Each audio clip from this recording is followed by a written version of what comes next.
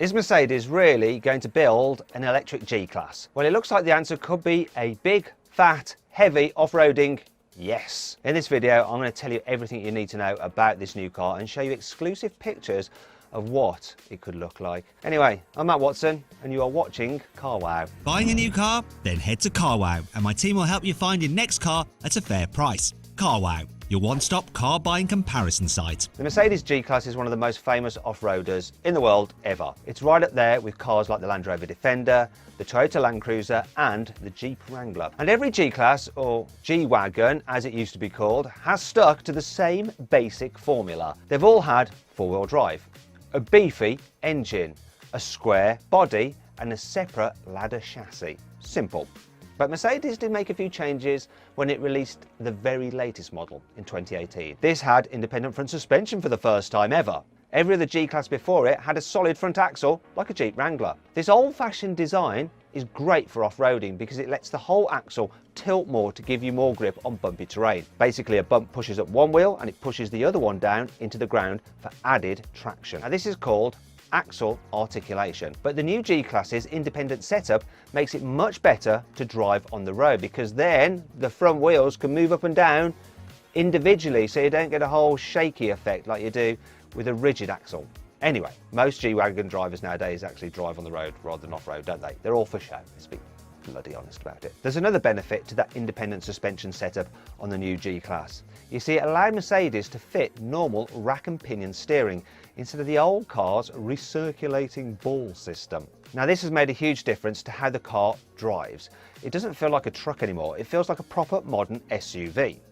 Well, sort of. But now Mercedes is going a step further because it could be about to rip out the G-Class's petrol and diesel engines and give it electric motors. What? That'd be like taking the explosions out of a Michael Bay movie, surely. What's going on?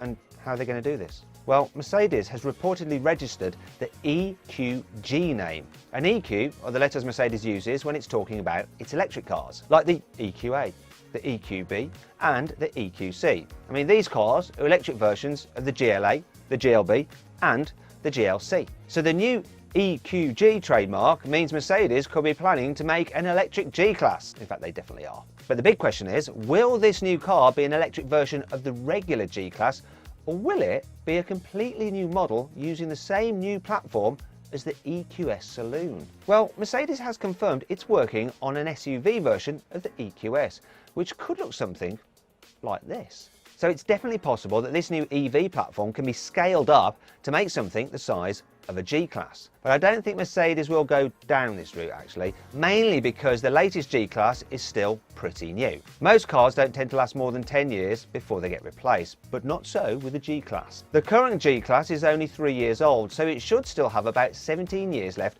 before it gets replaced. And this means that Mercedes must have designed it knowing it was going to build an electric version at some point in the future.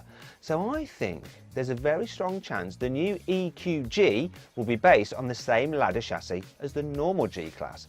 And that means it probably won't look too different to the regular car either. In fact, here's my exclusive image of what the Mercedes EQG could look like. It could have a similar square body to the standard car and the same flat bonnet, but the front end will probably get a new bumper, new headlights and a new grille like on the EQS. And because Mercedes probably won't change a great deal about the normal G-Class, a future EQG should still be brilliant off-road. In fact, it could be even better than the standard car because electric motors deliver all their torque from 0 RPM.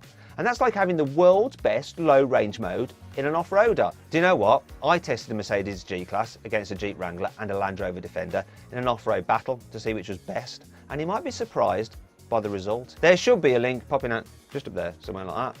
You'll be able to watch the video if you click on that, or there's a link in the description. Anyway, let's carry on. You see, most people who would buy an electric G-Class probably won't actually go off-road in it anyway. There aren't any plugs in the woods. So what about on-road performance? Well, Mercedes hasn't just trademarked the EQG badge. Reports suggest it's also registered the EQG 560 and EQG 580 names. And that gives me a big clue about the new car's performance. I know that the EQS 580 Saloon makes 523 horsepower from its 2 electric motors, so you can bet the new EQG 580 will also have 2 motors making about 523 horsepower. So how quick is it going to be? Well, Mercedes says the EQS 580 will do 0 to 60 in about 4.3 seconds, which isn't bad for a luxury limousine.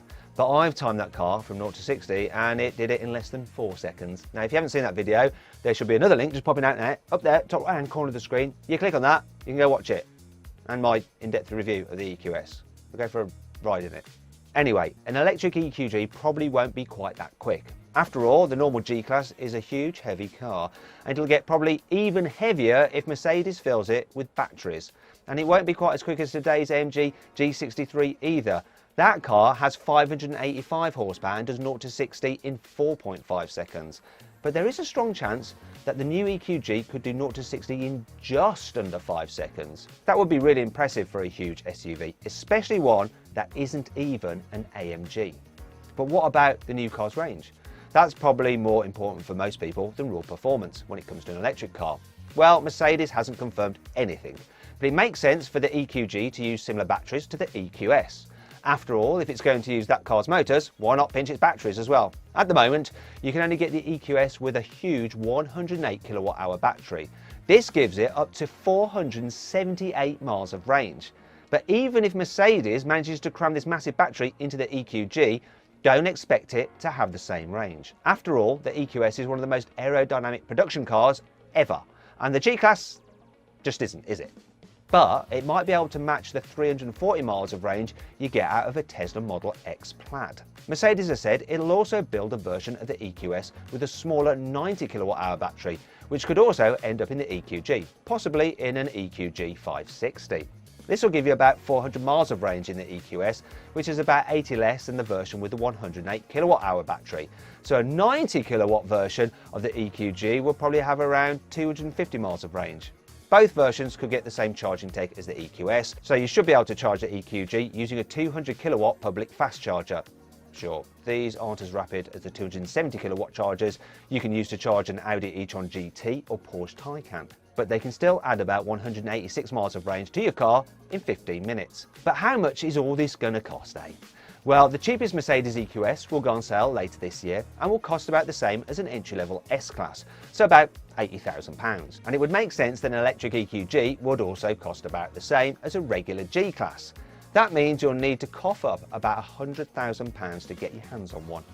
But don't try and put your name down yet. Mercedes has its hands full launching a load of new electric cars, including an EQE Saloon and an EQS SUV.